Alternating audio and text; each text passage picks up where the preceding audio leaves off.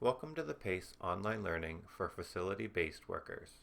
If you work in your community, please refer to the PACE online learning for community-based workers.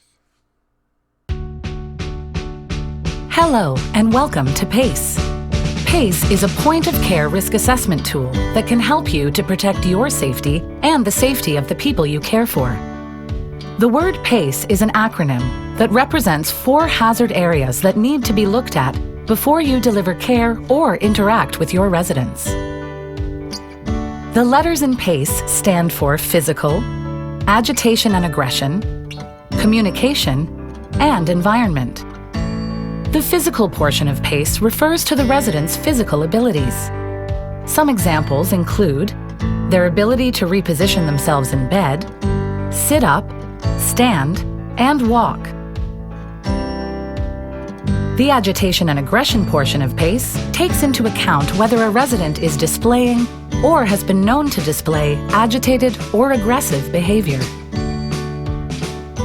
The communication portion of PACE centers on being aware of how you are communicating with a resident and their present ability to understand your message. For real communication to occur, the recipient must understand the message. PACE takes into account both verbal and nonverbal communication, as well as barriers to communication, such as a language barrier or a resident's hearing impairment or speech impairment. The environment portion of PACE is about being aware of the hazards you might encounter in the resident's room or other areas of the facility where residents are present. Environmental hazards, such as a lack of space to safely move or use required equipment, electrical cords, puddles of liquid, or clothes or shoes on the floor may be present and should be identified as you enter a resident's room.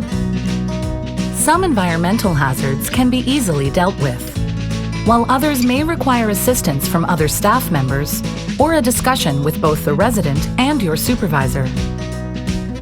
Now that you know a bit about the components of PACE, it's time to switch things up a bit. To use PACE properly, you'll need to switch the order of the PACE elements. Using this approach will help ensure you assess the hazards you might encounter in the order that will keep you safest before, during, and after care is provided to a resident. Is the care environment safe? Are you able to communicate with the resident? Is the resident aggressive or agitated? Does the resident's current physical ability allow for you to care for them without being injured? These questions all lead to an important element of PACE. For each component of PACE, you will learn how to assess whether it is safe to proceed, if you should proceed with caution, or if you should stop and get assistance. Here's a high-level breakdown for each PACE component.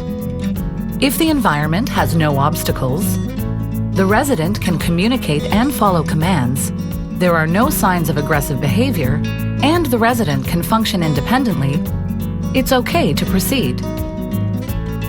If there are easily movable obstacles, manageable communication limitations, a history of aggressive behavior but the resident is not presently exhibiting challenging behavior, and/or minimal assistance is required for a resident's mobility, you should proceed with caution. If the environment contains unmovable or complex obstacles, communication is not possible, the resident is showing signs of moderate agitation or aggression, and/or requires moderate to maximum assistance for mobility, you should stop and get assistance. As you explore the full videos for each PACE component, you'll gain a much greater understanding of this important assessment process. Unpredictability will always be part of resident care, but by using PACE properly, you can help ensure getting injured on the job is not. So, your residents can get the care they need, and you can get home safe to what matters most.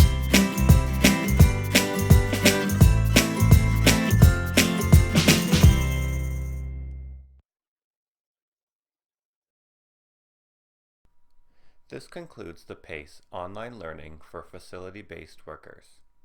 Please click below to complete the final quiz to receive your certificate.